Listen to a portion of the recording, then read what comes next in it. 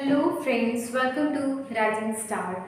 I am Nishadeep and today I will teach you literary devices.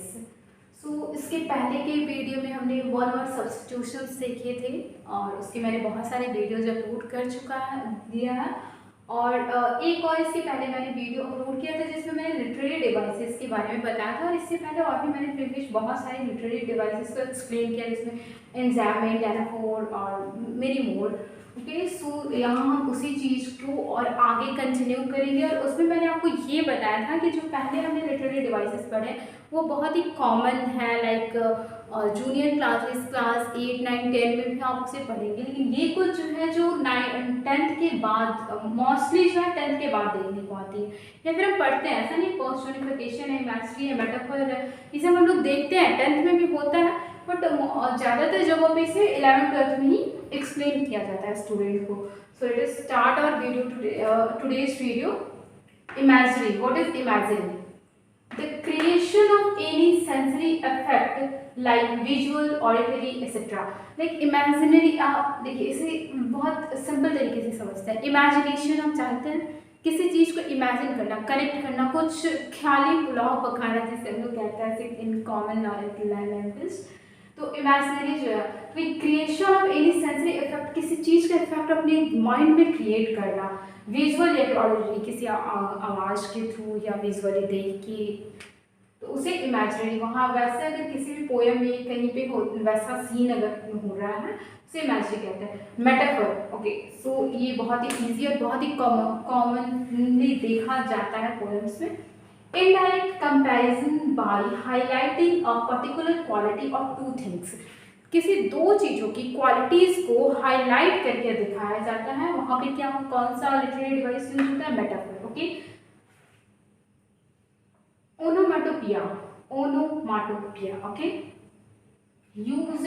Uses of sound, अच्छा देखिए इसे use of sound words to create a dramatic effect, like किसी sound का जैसे कुछ जैसे for example like बगल crack, किसी क्रैक करने का जो साउंड आता है या फिर जो वैसे मेढक का चौक साउंड होता है या किसी भी चीज़ के साउंड को अगर दे के जो पोएम है उसकी ब्यूटी को एनहांस किया जा रहा है वहाँ पे ये लिटरेरी डिवाइस होता है उसे। ओके, ऑक्सीमोरन, ऑक्सीमोरन के use of contradictory terms in close placement. तो contradictory terms like light and dark, तो ये कॉन्ट्राडिक्ट मतलब एक दूसरे को कॉन्ट्राडिक्ट कर रहा है दोनों सब, लाइट एंड डार्क, ठीक है। डस्क एंड डॉन, तो ये जो डे एंड नाइट ये दोनों कॉन्ट्राडिक्ट कर रहे हैं एक दूसरे को, तो लेकिन दोनों एक साथ यूज अगर पोएम में हो रहा है तो वहाँ पे भी होता है। Personification is very very very easy.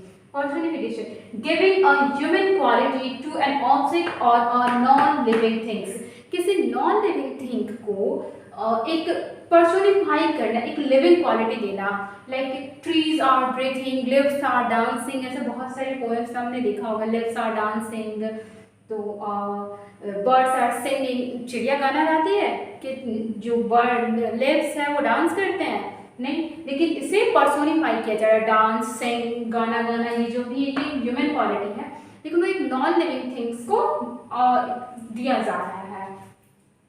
Refrain, words, a line, a set or a group of lines that repeat at regular interval in different stanzas.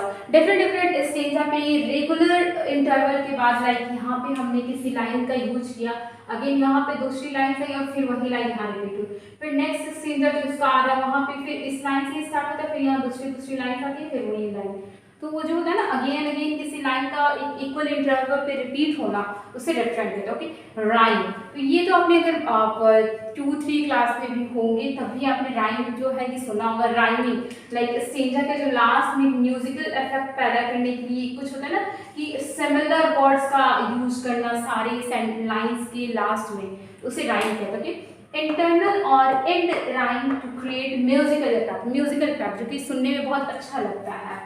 Repetition, repeated use of a word or line to lay emphasis, emphasis देने के लिए, थोड़ा उस पर दबाव देने के लिए, जोर देने के लिए, जैसे होता है ना कुछ लाइक एक पोएम है हरवंश राय बच्चन जी की, कोशिश करने वालों की कभी हार नहीं होती, जो कि मैंने अपने जो चैनल है उस पर भी डाला हुआ है, खुद अपने वॉइस में डाला है मैंने उस पोएम को, आप जाके सुन सकते हैं।